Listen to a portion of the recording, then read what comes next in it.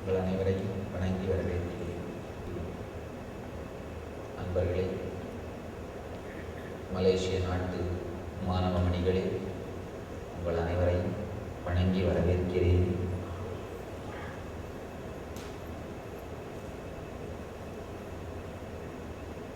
இன்றைய தலைப்பு ஆனந்தம் உங்கள் பிறப்புரிமை, அதை மீண்டும் அடையுங்கள். Ananda is your birthright, claim it. Supposed to be English discourse, ஆங்கில சொற்பொழிவாக இருந்திருக்க வேண்டியது. நீங்கள் அனைவரும் கேட்டதனால் தமிழிலேயே பேசுகின்றேன். ஆனந்தம் நமது பிறப்பு உரிமை. நம்ம எல்லாருமே நினைக்கிறோம், மற்ற பல விஷயங்களை, மற்ற பல பொருட்களை நம்முடைய பிறப்புரிமையாக கருதி கொண்டு அதை அடைவதற்காக நம்முடைய நேரத்தையும் காலத்தையும் செலவு செய்கிறோம். வெளி உலக சுகமாகிய ஒரு வீடு, உணவு, உடை இவைகளை அடைவதில் தவறில்லை. அவைகளை அடைந்துதான் ஆக வேண்டும். அவை அடிப்படை தேவை. ஆனால் அவைகள் உங்களுடைய பிறப்புரிமை அல்ல. அவை வாழ்க்கையை வாழ்வதற்கான தேவை. நம்முடைய வாழ்க்கையில ரெண்டு விஷயங்கள் இருக்கு. வாழ்க்கையை வாழ்வதற்கான தேவைகள் ஒரு விஷயம், வாழ்கின்ற முறை, வாழ்கின்ற அடிப்படை இன்னொரு விஷயம். வாழ்க்கையை வாழ்வதற்கான தேவைகள் ஒன்று, வாழ்கின்ற முறை, அடிப்படை இன்னொன்று. ஸ்டேட்டஸ் அண்ட் ஸ்டேட் இங்கிலீஷில் சொல்லலாம். Quantity and quality. குவான்டிட்டினா எத்தனை கார் வச்சிருக்கீங்க, எத்தனை வீடு வச்சிருக்கீங்க, எத்தனை ஃபர்னிச்சர் வச்சிருக்கீங்க, உங்களுக்கு எவ்வளவு சொத்து இருக்கு, இது குவான்டிட்டி. அடுத்து குவாலிட்டி, என்ன தரமான வாழ்க்கை வாழ்கிறீர்கள் அப்படின்னு. ஒருத்தர்கிட்ட கேட்டார், சாமி, பணக்காரருக்கும் ஏழைக்கும் என்ன வித்தியாசம்? ஏழை குடிசையில் உட்காந்து கவலைப்பட்டு இருப்பார், பணக்காரர் சோஃபாவில் உட்காந்து கவலைப்பட்டு இருப்பார். அவ்வளவுதான். இருக்கிற இடம் வேணா வேறையா இருக்கலாமே தவிர கவலை ஒண்ணுதான். பணக்காரருக்கு choices from suffering is more. அவருடைய சஃபரிங் அவரே சூஸ் பண்ணிக்கிற உரிமை அவருக்கு இருக்கு. அவ்வளவுதான், வேற ஒண்ணும் இல்லை. ஏழைக்கு அவனுடைய சஃபரிங் அவன் மேல திணிக்கப்படுது. பணக்காரர் அவரே சூஸ் பண்ணிக்கலாம். ஆனா சஃபரிங் தான், வேற ஒன்றும் கிடையாது. குவாலிட்டி ஆஃப் லைஃப் வேற, குவான்டிட்டி ஆஃப் லைஃப் வேற. தேவை வேற, வாழும் முறை வேற. இந்த தேவைகளுக்காக வாழும் முறையை தியாகம் பண்ணணும் அப்படிங்கிற அவசியம் இல்லை. பொதுவாகவே நம்முடைய மனம், நம்முடைய எண்ணத்தின் போக்கு எப்படி இருக்குன்னா, வாழ்க்கையில சக்சஸ் ஆகணும்னா, வாழ்க்கையில எதையாவது சாதிக்கணும் அப்படின்னா பல்வேறு விதமான குற்றங்களையும் எந்த தவறையும் செய்ய தயங்காமல் இருந்தால் போதும் அப்படின்னு நினைக்கிறோம்.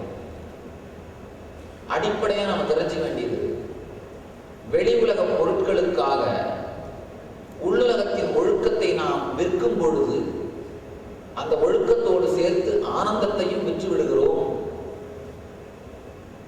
தேவைகளுக்காக நம்முடைய உரிமையை விட்டு கொடுத்து விடுகிறோம். ஒரு ஓவியத்தை வாங்குறதுக்காக கண்ணை விட்டு கொடுக்குது, படுக்கையை வாங்குவதற்காக தூக்கத்தை விற்பது, நடனத்தை கற்றுக்கொள்வதற்காக கால்களை வெட்டுவது. அதற்கு சமம்தான் ஒருத்தர் நடனத்தை கற்றுக்கொள்வதற்காக கால்களை விற்றால் எந்த அளவுக்கு தவறோ, தூக்கத்தை பெறுவதற்காக படுக்கையை விற்றால், படுக்கையை பெறுவதற்காக தூக்கத்தை விற்றால் எந்த அளவுக்கு தவறோ, ஒரு ஓவியத்தை வாங்குவதற்காக கண்களை விற்றால் எந்த அளவுக்கு தவறோ, அந்த அளவுக்கு தவறானது வெளியுலக பொருட்களுக்காக நம்முடைய உள்ளுலகத்தின் ஆனந்தத்தை விற்றுவிடுகிறது. ஒழுக்கத்தை விற்றுவிடும் பொழுது, கட்டுப்பாடான வாழ்க்கையை விற்றுவிடும் பொழுது இயற்கையிலேயே நம்முடைய ஆனந்தத்தையும் சேர்த்து இழந்து விடுகிறோம். ஒரு சின்ன படம் டயக்ராம் மூலமா உங்களுக்கு நம்முடைய மனம் எப்படி இயங்குது அப்படின்னு விளக்க முயற்சி பண்றேன். இந்த டயக்ராம் மூலமா மனத்தோட இயக்கத்தை விளக்கிட்டு அதுக்கு பிறகு இதை பற்றி சில கேள்வி பதில். ஏன்னா முக்கியமா நான் இளைஞர்களுக்கு சொல்லணும்னு நினைக்கிறது, உங்களுடைய மனதிற்குள் அபாரமான அபரிமிதமான சக்தி புதைந்து இருக்கிறது. அதை இயக்க மட்டும் துவங்கிவிட்டீர்களானால் இப்பொழுது நீங்கள் சாதிப்பதை விட குறைந்தபட்சம் 20 மடங்காவது சாதிக்க முடியும். இப்பொழுது இருப்பதை விட அதிக ஒழுக்கத்துடனும் தூய்மையுடனும் மன நிம்மதியுடனும் இப்பொழுது சாதிப்பதை விட 20 மடங்காவது சாதிக்க முடியும். விவேகானந்தர் ரொம்ப அழகாக சொல்றாரு, ஒரு மனிதனை ஒழுக்கமாயிருந்து சொல்றது ரொம்ப சுலபம், எப்படி இருக்கிறது கற்றுக் கொடுக்கறது தான் கஷ்டம்.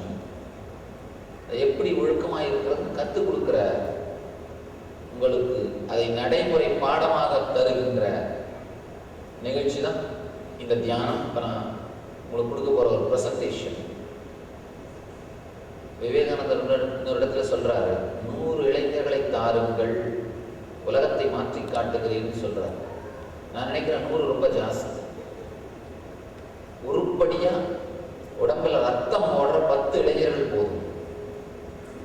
உடம்புல சுத்தமான ரத்தம் ஓடுகின்ற மன தெளிவு, வைராக்கியம், ஸ்திரம், இது இருக்கிற 10 இளைஞர்கள் போதும்.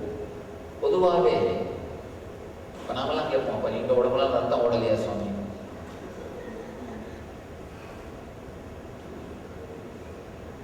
ரத்தம் ஓடுதல் அப்படின்ற வார்த்தையில் நான் என்ன சொல்ல வரேன்னா, நம்முடைய வாழ்க்கையில் சத்தியம் என்று எதை புரிந்து கொள்கிறீர்களோ அதன் பின்னால் செல்கின்ற வலிமை. தமிழ்ல மட்டும்தான் சத்தியத்துக்கு 3 வார்த்தை உண்டு, வாய்மை, உண்மை, மெய்மை. வேற எந்த மொழியிலும் சத்தியத்துக்கு 3 வார்த்தை கிடையாது. தமிழ்ல மட்டும்தான் 3 வார்த்தை உண்டு. உண்மை அப்படின்னா உள்ளத்தாலே சத்தியத்தை பழகுதல், வாய்மை அப்படின்னா வாயினாலே வார்த்தைகளாலே சத்தியத்தை பழகுதல், உள்ளத்தாலே சத்தியத்தை கடைபிடித்தல் உண்மை, வார்த்தையாலே சத்தியத்தை கடைபிடித்தல் வாய்மை, மெய்யினாலே சத்தியத்தை கடைபிடித்தல் மெய்மை, உடம்பாலே சத்தியத்தை கடைபிடித்தல் மெய்மை. நமக்கெல்லாம் உள்ளத்தால சத்தியத்தை கடைபிடித்தல்னா என்னன்னு தெரியும், நல்ல எண்ணங்களையே எண்ணுதல், அதான் உள்ளத்தாலே சத்தியத்தை கடைபிடித்தல். வாய்மை அப்படின்னா தெரியும், வாயினாலே சத்தியத்தை கடைபிடித்தல், வாயினாலே சத்தியமான வார்த்தைகளை மட்டும் பேசுவது. மெய்மை அப்படிங்கிற ஒரு வார்த்தை முக்கியமானது, அது நமக்கு தெரியறது இல்லை. உடம்பாலே சத்தியத்தை கடைபிடித்தல் அப்படின்னா என்ன அர்த்தம்னா, சத்தியம் நமக்கு எது தோன்றதோ, எது தெளிவாக தெரிகிறதோ அதை கடைபிடிப்பதற்காக வாழ்க்கையிலே அர்ப்பணித்தல். சத்தியம்னு ஒரு விஷயம் நமக்கு புரிஞ்சதுன்னா, நமக்கு தெரிஞ்சதுன்னா, அதற்கு பிறகு வாழ்க்கை முழுவதும் அந்த கருத்தை கடைபிடிப்பதற்காக மட்டுமே செலவிடப்பட வேண்டும். உண்மையில நம்முடைய இளைஞர்களாக மட்டும் இல்லாதது மட்டுமல்லாமல் ஒரு சாக்கடை நீர் ஓடும் குப்பையாக மாறிவிட்டார்கள். காரணம், சத்தியம்னு ஒரு விஷயம் நமக்கு தெரிஞ்ச பிறகும் அதை நம்முடைய வாழ்க்கையில எக்ஸிக்யூட் பண்ற கெப்பாசிட்டி இருக்கிறது இல்லை, அதை நம்முடைய வாழ்க்கையில நடைமுறைப்படுத்தும் தைரியம் இருப்பதில்லை. ஒரு விஷயம் புரிஞ்ச பிறகும் நீங்க சொல்றதெல்லாம் கரெக்டுன்னு தெரியுது சுவாமி, ஆனா எப்படி செய்யறதுன்னா தெரியல. ஒரு வயதான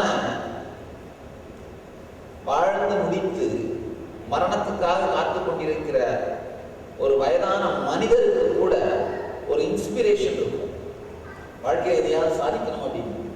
நான் இந்த இளைஞர்கள் அந்த அளவுக்கான ஒரு அடிப்படையான இன்ஸ்பிரேஷன் கூட இல்லாமல், அந்த அளவுக்கான அடிப்படையான உந்து சக்தி கூட இல்லாமல் தன்னுடைய வாழ்க்கையை நடத்தி கொண்டிருப்பதை பார்க்கும் பொழுது உண்மையிலேயே ரொம்ப கஷ்டமா இருக்கு. அதனால தான் விவேகானந்தர் கேட்கிற, வெறும் 100 இளைஞர்களை தாருங்கள், உலகத்தை மாற்றி காட்டுகிறேன். நான் நினைக்கிறேன் 100 கூட ஜாஸ்தி, 100 கூட அதிகம். உண்மையிலேயே ஸ்திரத்தன்மை, மெய்மை அப்படிங்கிற இந்த ஒரு கருத்து, இந்த ஒரே ஒரு கருத்து புரிஞ்சா போதும். நம்முடைய வாழ்க்கையில் எதை சத்தியம் என்று புரிந்து கொண்டோமோ அதை நடைமுறைப்படுத்துதல், அதற்காக எந்த தியாகத்தையும் செய்ய துணிவோடும் தைரியத்தோடும் இருத்தல். உண்மையில நம்முடைய வாழ்க்கையில எதை சத்தியம்னு புரிந்து கொண்டோமோ அதை நடைமுறைப்படுத்தும் தைரியத்தை தான் ஆண்மைன்னு சொல்றேன். ஆண்மை அப்படின்னா ஆளும் தன்மை. அப்படி இல்லாம வெறுமனே நம்ம டிவி சினிமாலையும் பார்க்குற மாதிரி ஒரு மோட்டர் பைக் எடுத்து சுற்றுறதும், செல்போனை கையில் வச்சு பேசிட்டு இருக்கிறதும், இல்லை ஒரு சிகரெட்டை வச்சு சுற்றிட்டு இருக்கிறதும் ஆண்மையோ ஆளும் தன்மையோ அல்ல. தமிழ் சமுதாயம் சினிமாவினால் சீரழிக்கப்பட்ட சமுதாயம். வேற எந்த சமுதாயமும் இந்த அளவுக்கு சினிமாவினால் சீரழிக்கப்படவில்லை. தமிழ் சமுதாயம் மட்டும்தான், முக்கியமா தமிழ் இளைஞர்கள் சமுதாயம் மட்டும்தான் சினிமாவினாலே சீரழிக்கப்பட்ட சமுதாயம். சினிமாவில் வர்ற மாதிரி வீச்சறிவாள சுத்துறதும், இல்லை ஒரு செல்போனும் மோட்டர் பைக் வச்சு சுத்துறதும், அப்படி இல்லைன்னா சிகரெட்டும் குடியும், இது போன்ற விஷயங்கள் தான் ஒரு ஹீரோயிசமாக, ஒரு நாயகத்தனமாக காட்டப்படுகின்றது. அது நிச்சயமாக நாய்த்தனம் நாயகத்தனம் அல்ல. நாய்த்தனம் நாயகத்தனமாக காட்டப்படும் பொழுது இயற்கையிலேயே சமுதாயம் நாய்த்தனமான சமுதாயமாக மாறிவிடுகிறது.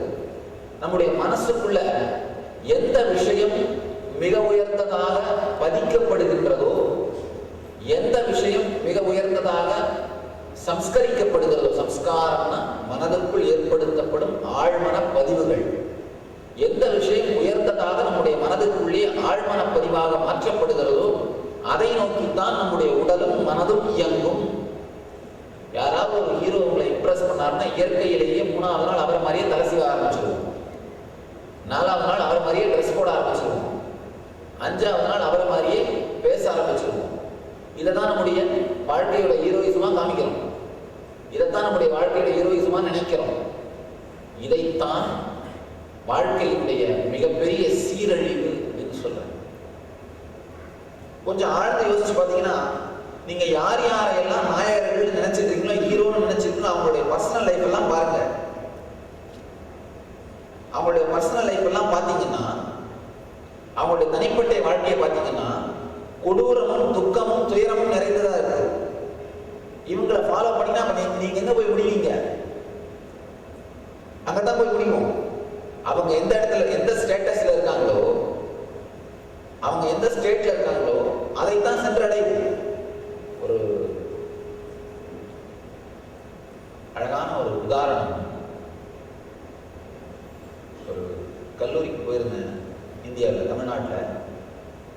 சொற்பொழிவுக்கு பிறகு சொற்பொழில் நான் சொல்லிட்டு இருந்தேன், விவேகானந்தர் தான் உங்கள் ஹீரோ, அவரை கடைபிடியுங்கள், அதுதான் வாழ்க்கையை உயர்த்தும். உடனே ஒரு மாணவன் எந்திரிச்சு, சினிமாவால் சீரழிக்கப்பட்ட சமுதாயம், மாணவன் எந்திரிச்சு ஒரு குறிப்பிட்ட நடிகர் பேரை சொல்லி, அவர் தான் சாமி என் ஹீரோ, நான் ஏன் விவேகானந்தர் ஹீரோ வச்சுக்கணும் அப்படின்னு கேட்டு சொன்னார். உண்மையிலேயே அந்த ஹீரோயின் சாமி தான், அவர் நம்முடைய பக்தர். நான் சொன்னேன், அப்பா அவரை போய் தனியாக கொஞ்சம் பேசிப்பாரு, அவரே அவருடைய மனசு நிம்மதிக்காக நம்மகிட்ட தான் தியானம் பண்ணிட்டு இருக்காரு, நீ அவர் வண்டி சுத்துற, அவர் எங்க வண்டி சுத்துற?